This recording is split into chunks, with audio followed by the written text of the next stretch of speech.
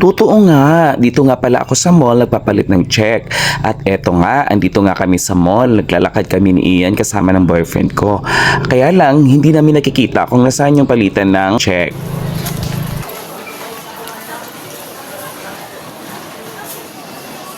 At yun nga, sa kakalakad namin ng boyfriend ko, nakarating kami dito sa grocery store at ang daming taong namimili. At patuloy pa rin kami ng boyfriend ko sa paglalakad hanggang dulo. At yun nga, may nakita nga akong mamanggar dito, kaya naisipan kong magtanong-tanong na lang. Good afternoon, excuse me.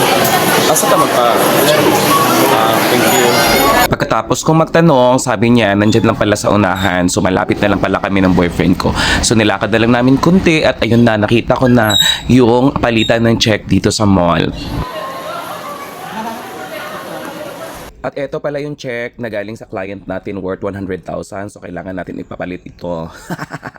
Ang laki ng pera, no? Tawa ko ng tawa.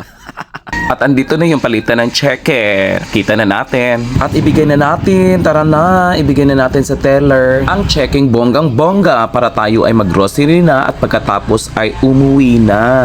Ayun lang po mga kapak. Maraming salamat sa inyo. Ingat po kayo. Magandang araw. Bye.